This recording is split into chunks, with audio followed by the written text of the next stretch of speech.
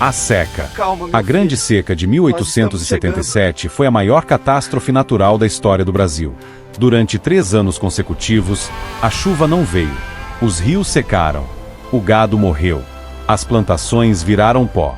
Estima-se que entre 300 mil e 500 mil pessoas morreram de fome e sede no Ceará entre 1877 e 1879.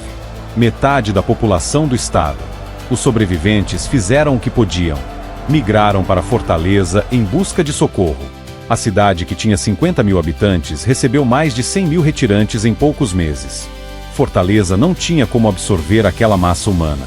Campos de concentração foram criados nos arredores da cidade para isolar os retirantes do convívio urbano, uma das páginas mais sombrias da história brasileira. E enquanto o sertão morria de seca, Fortaleza ainda convivia com a escravidão. O Ceará havia importado menos escravos africanos que Pernambuco ou Bahia. Mas os que aqui estavam viviam em condições igualmente brutais, nos engenhos de cana, nas fazendas de algodão, nos serviços domésticos da capital.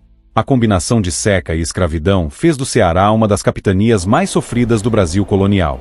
Em 25 de março de 1884, 4 anos antes da Lei Áurea, o Ceará fez algo que nenhum outro estado brasileiro havia feito. Aboliu a escravidão. Completamente. Em todo o território. Sem exceções. O movimento abolicionista cearense foi liderado por figuras extraordinárias. José do Patrocínio, jornalista e ativista nascido no Rio, mas com raízes no Nordeste, foi um dos mais eloquentes.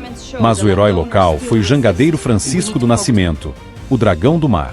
Dragão do Mar era um jangadeiro negro, líder dos trabalhadores do Porto de Fortaleza.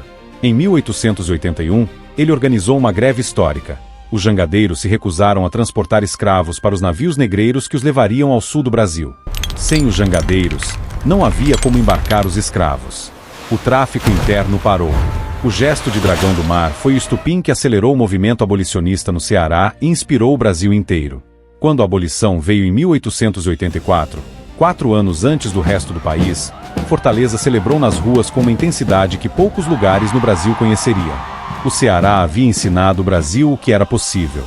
Fortaleza cresceu ao longo do século XX com a velocidade que só as cidades nordestinas conhecem, impulsionada por migrações, pela indústria têxtil e pelo comércio.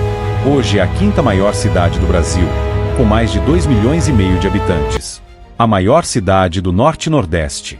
O Forte Nossa Senhora da Assunção ainda está de pé, no centro da cidade moderna. O mesmo forte que os holandeses construíram, que os portugueses tomaram, que sobreviveu às secas, abolições e o crescimento urbano desordenado do século XX.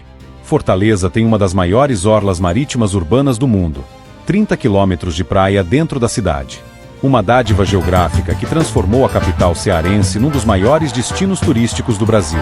Mas o legado mais profundo de Fortaleza não está nas praias nem no forte. Está na resiliência do povo cearense. Na cultura que nasceu da seca e se recusou a morrer.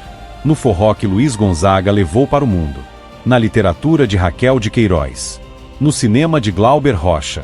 No Dragão do Mar que parou um navio negreiro sozinho, com uma jangada.